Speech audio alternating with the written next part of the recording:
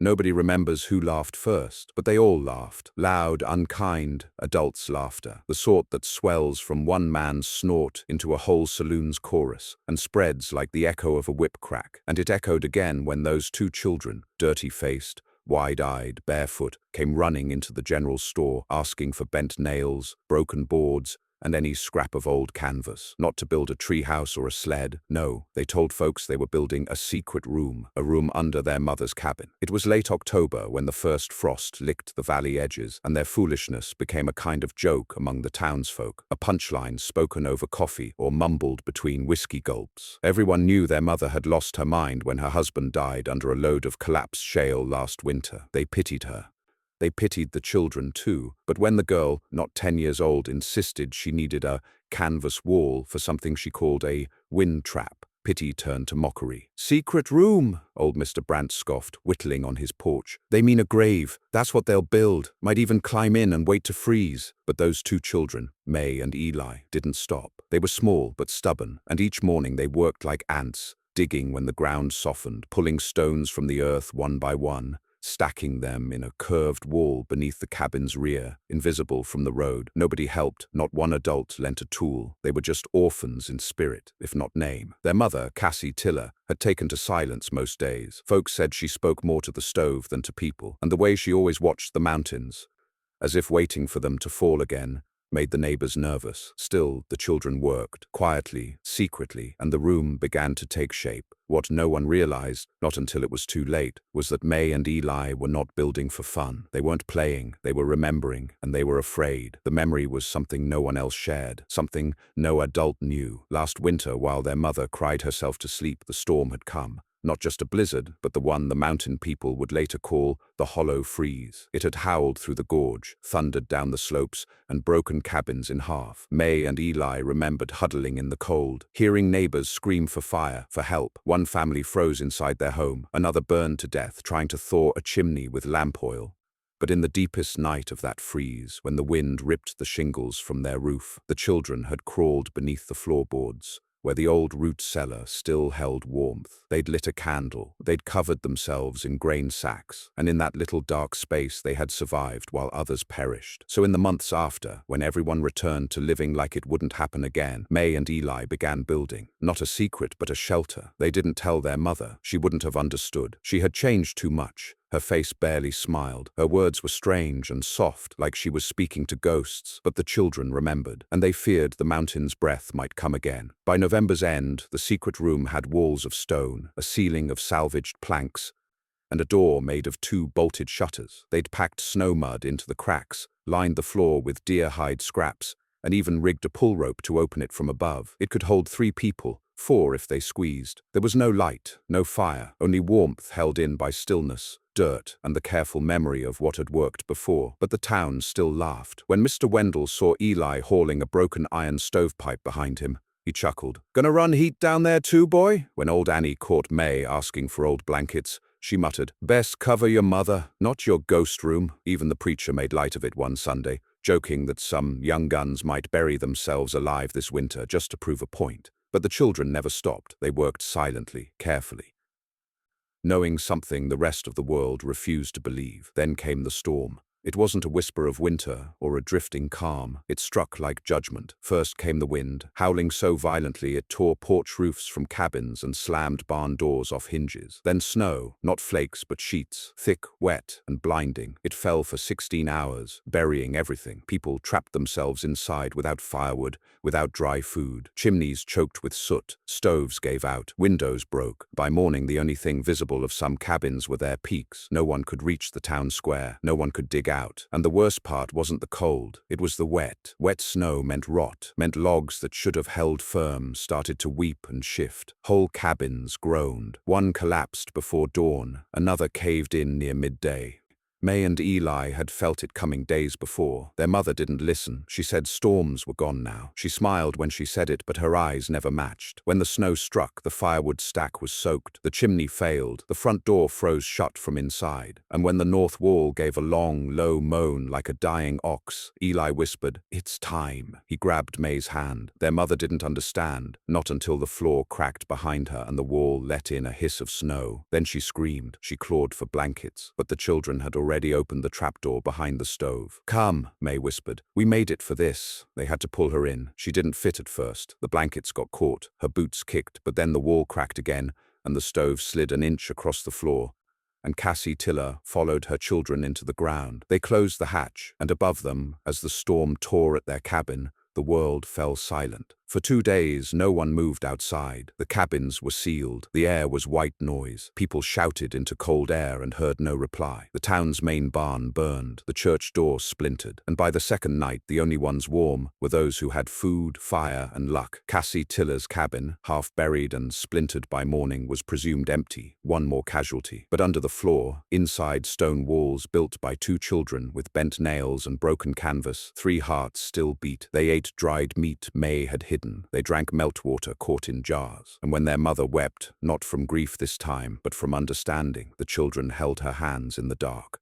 They were not playing. They never had been. The snow didn't stop. On the 3rd day, it turned to ice. You could hear it at dawn, the hush of soft snow shifting to the ticking spit of sleet as it rattled against what few windows hadn't yet broken. The town was buried. Entire cabins vanished beneath drifts. The world outside was a coffin of white. Beneath the Tiller cabin, inside the secret room, 3 bodies huddled in breath-warmed dark. There was no stove, no light, only their own heat and the strange, dense silence of being under the ground, while the wind above screamed like a trapped animal. Cassie Tiller had not spoken for hours, not since the second night when the roof cracked and the floor above buckled, and the last breath of warmth from their broken stove drifted down through the hatch.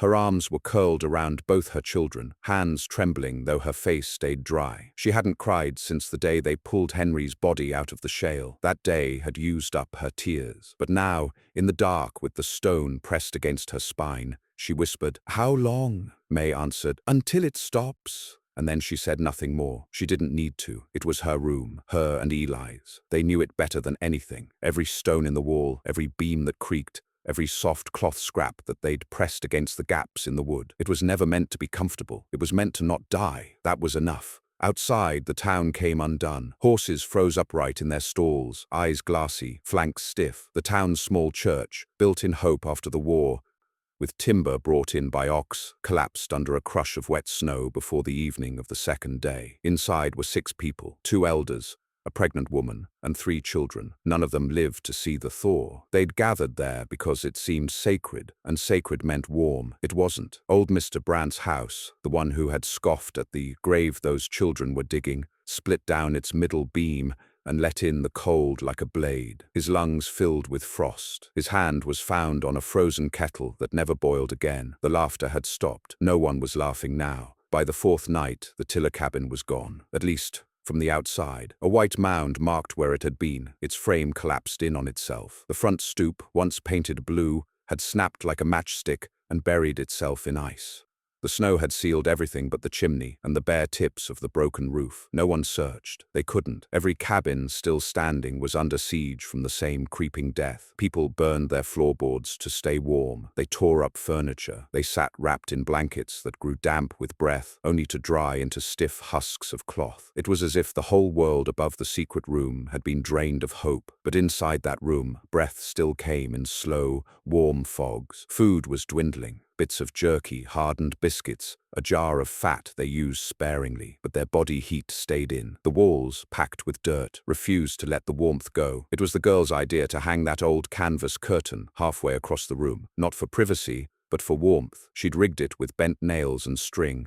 And Eli had laughed when she called it the trap. He didn't laugh now. It worked. It created 2 chambers, one for them to sleep, one for the little pot they'd filled with snow to melt with a small lamp flame. They rotated who sat closest to the melted water, who held the heat in their shirt. They rationed, they whispered, they waited, and the world above forgot they existed. The fifth morning brought a kind of silence that made May's ears ring. She sat up first. Cassie lay half awake beside her, eyes sunk but not gone. Eli still slept, curled around the lamp as if protecting fire itself. May crawled to the hatch and pressed her ear to the underside of the trapdoor. The storm had lessened. It wasn't over, not fully, but she could tell by the way the wind no longer screamed. It moaned, weak, like an old dog too tired to bark.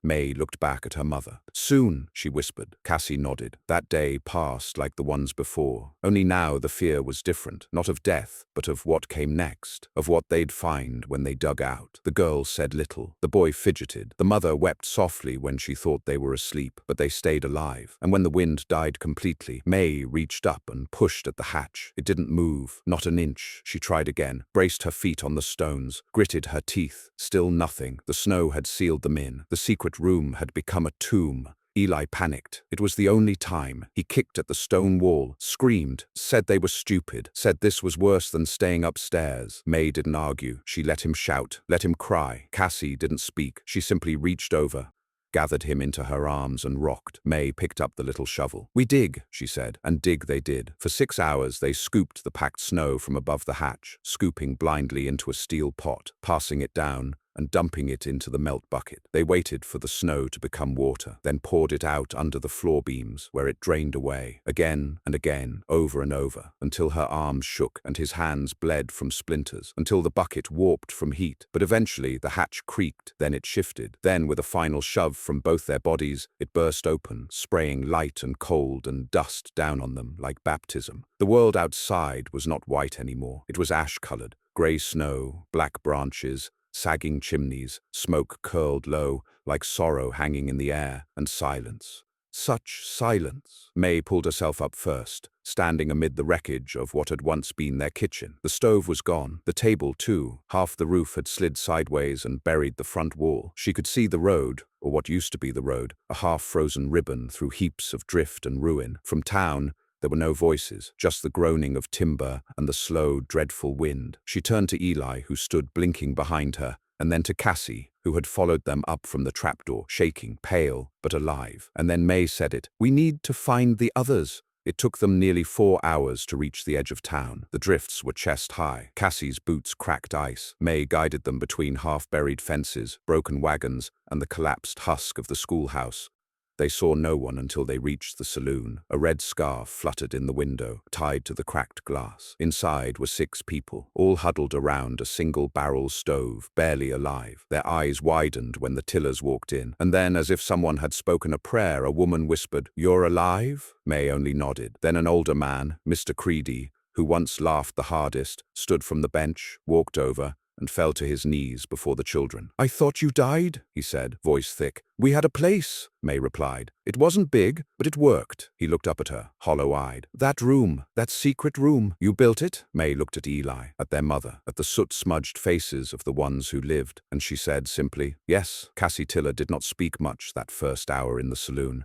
Her voice had grown thin, dry as ash, but when someone offered her the last of the rabbit stew that had been boiled down to broth, she took it without a word, then passed it to her children first. That, more than anything, quieted the room. People watched the way she handled the tin cup, the way her hand shook, the way May and Eli took just a sip each and gave it back to her, and then how she finally drank, slow, careful, as if she'd forgotten how warmth felt in the mouth. The town was not dead, but it was wounded. 34 people had lived in the ridge town before the storm. After the thaw, only 15 were left, and those were the ones who'd stayed together, like the ones in the saloon, or had dug their way to others before their breath froze. No one laughed anymore about the secret room. They whispered about it now.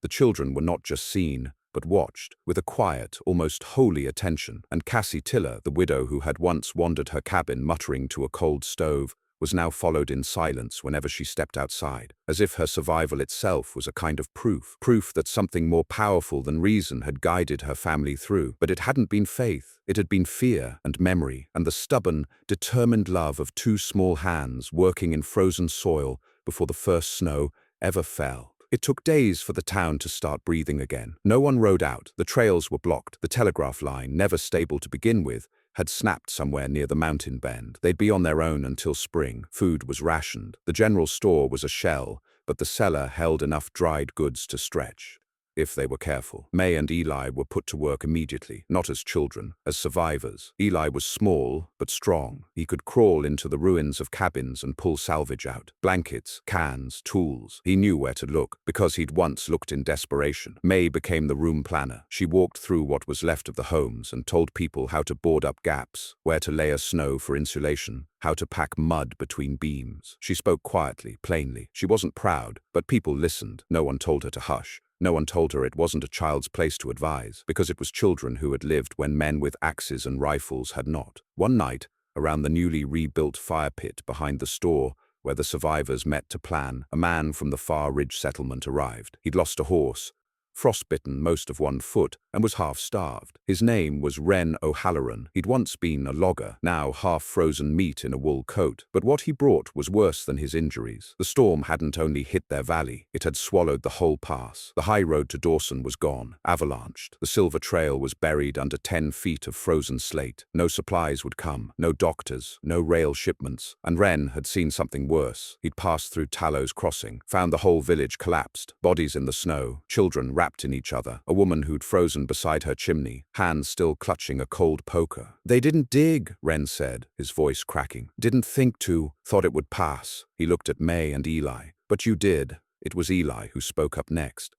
He was standing by the fire, holding a piece of scrapboard he'd pulled from the church ruins. "We only remembered," he said, "what the last one did." Ren stared. "The last what?" "The last storm," May said, stepping beside her brother. "Last year, the hollow freeze, that one." Most people in the circle shifted uncomfortably. That storm had taken too many, and everyone had tried to forget. Eli stepped forward, setting the board down. On it in charcoal, he'd drawn a square, then another square inside it. He pointed. "This is what we built. Under the cabin, we dug into the frost line, then used dirt behind the stones for insulation. No fire, just people. The room holds and breath," someone murmured. "Like a dugout." May shook her head. "No, deeper. It's not a house. It's a hiding place." "And you lived in it?" Ren asked. May nodded.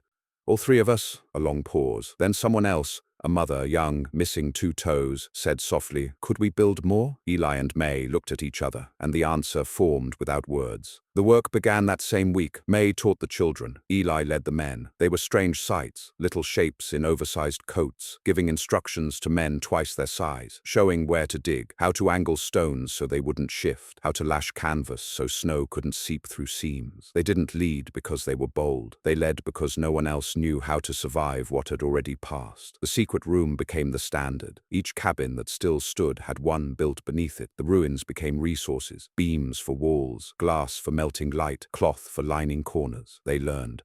They learned to stack hay against outer walls to trap warmth. They learned to seal chimneys with lids made from sled parts when fire wasn't needed. They learned to cover floorboards with thick pine mulch to hold ground heat. They learned to listen, not to pride or tradition, but to the children who had built a place not to live, but to survive. And then the freeze returned, not as strong, but enough. A storm hit the pass 2 weeks later, the kind that once would have broken bones and buried names. It hit at night, but the people of the ridge town were ready. They went underground, into their secret rooms, 15 cabins, all with dugouts now, 31 people this time, and not a single soul lost. They emerged like ghosts at sunrise, blinking, covered in dust and heat sweat, but alive. The town had changed, no longer laughing, no longer doubting. They built a new hall weeks later, half underground. It wasn't called a church, wasn't called a store. It was a room with thick walls, no windows and low ceilings. They called it the shelter. On its beam, they carved 4 words. Remember what they knew. Cassie Tiller did not recover all at once. But one morning she stood in the sunlight, her hands not shaking. She looked out at the children, teaching other children how to layer moss between stones. She saw Eli laughing again. She saw May smiling at nothing, the kind of smile that wasn't forced. She said aloud, "They saved me." And she meant it, not just from snow, but from the place she had gone when Henry died. They had built her a path back to life, with stone, with canvas, with a secret room, and no one laughed anymore. The winter didn't end with a melt.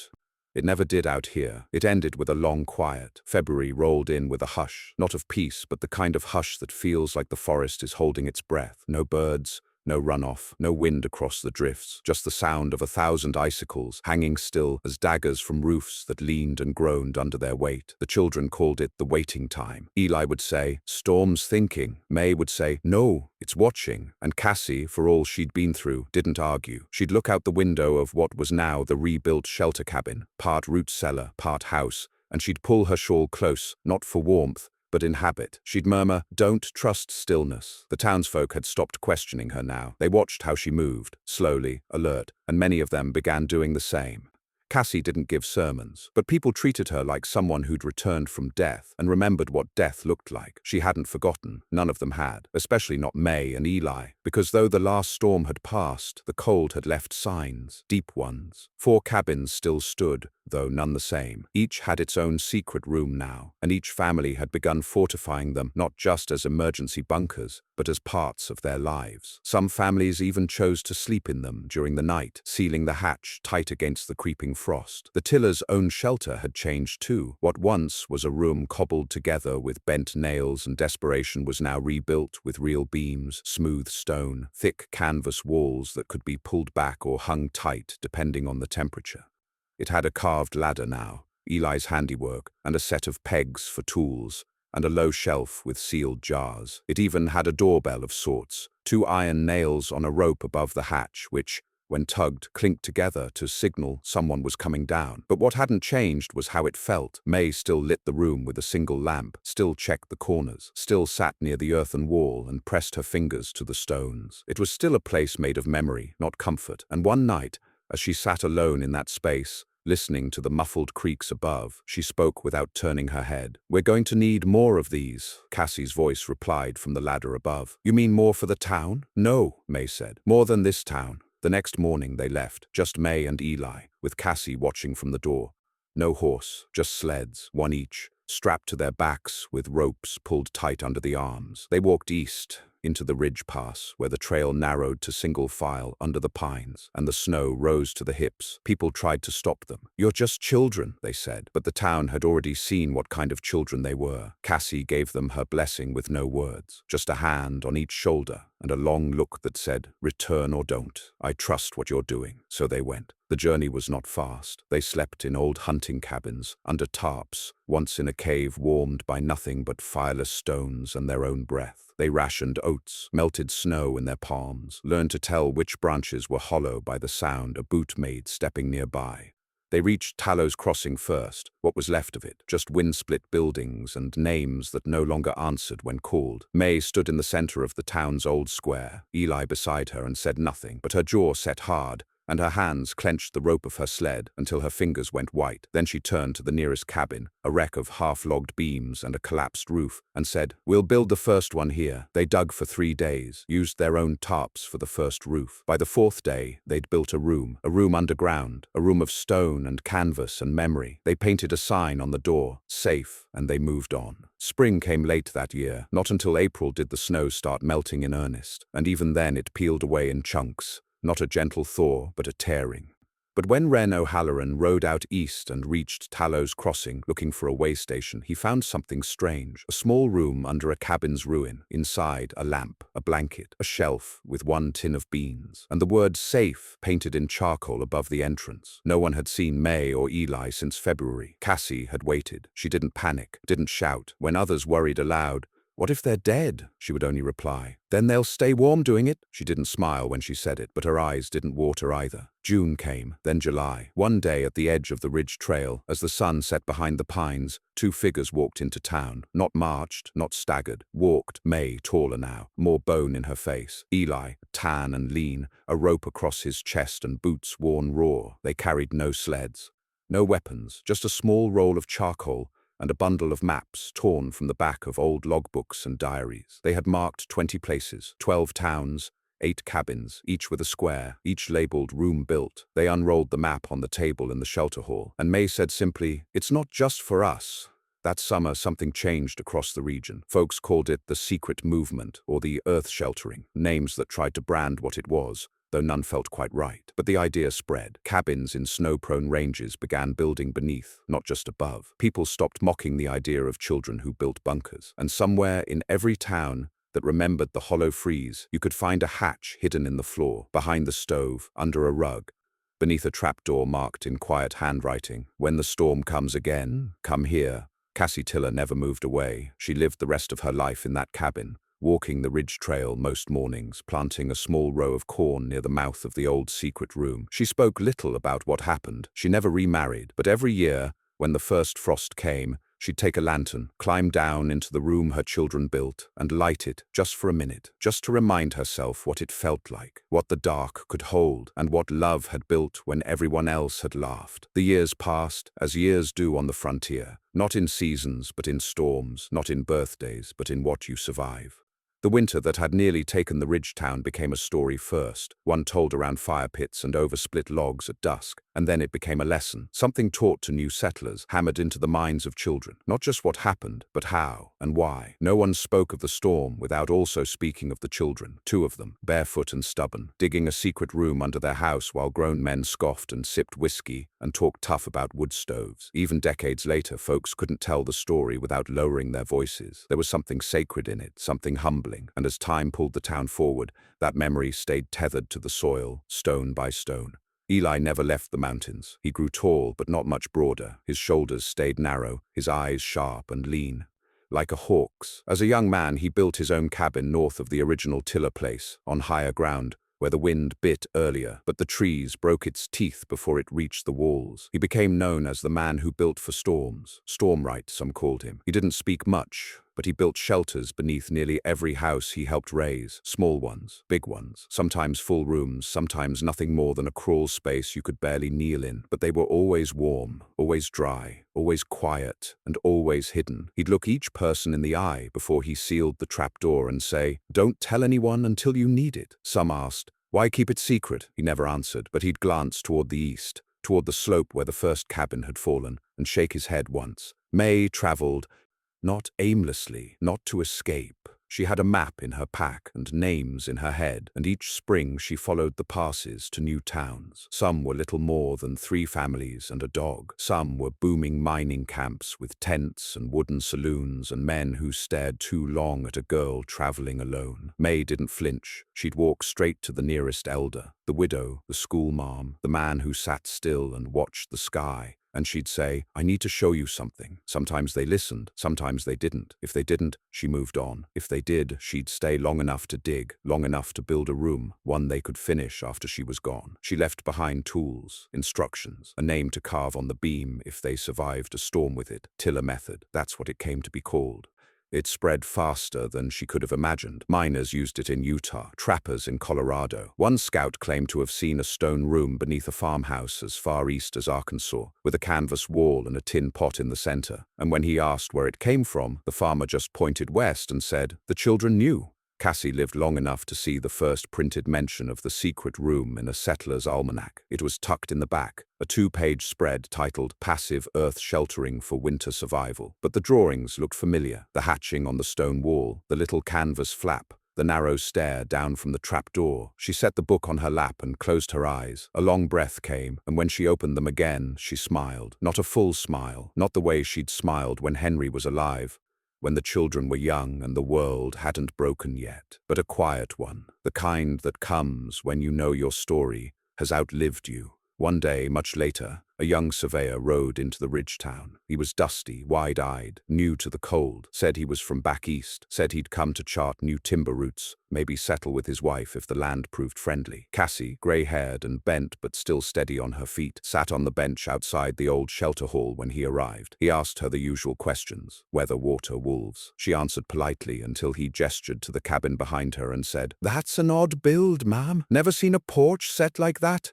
Raised up with space underneath. Ain't worried it'll rot?" Cassie turned slowly. Her eyes scanned the base of the old house, where the beams sat just slightly above the frost line, where the trapdoor was hidden behind a panel where the wind couldn't reach. She looked back at him. "Not worried?" she said. "Why not?" She paused, then smiled again, a little wider this time, a little more teeth. "Because my children dug deeper than rot." And then she rose, stepped down the 3 stairs with care, and walked toward the path that led into the woods. She didn't explain. She didn't need to, because by then, the story had already rooted itself into the hills, into the cabins, into the minds of men who'd once sneered and the hearts of women who'd once cried in the dark with no heat and no hope. No one laughed anymore at secret rooms. They built them. They trusted them. And in the coldest winters, when the wind moaned and the snow came sideways and the chimneys failed, it was those rooms, dug by memory and stubborn hands, that let families survive when even the fire gave out. All because two children had remembered what the storm had done. All because they refused to forget what the world tried to ignore. All because they built what no one else would, until everyone had to.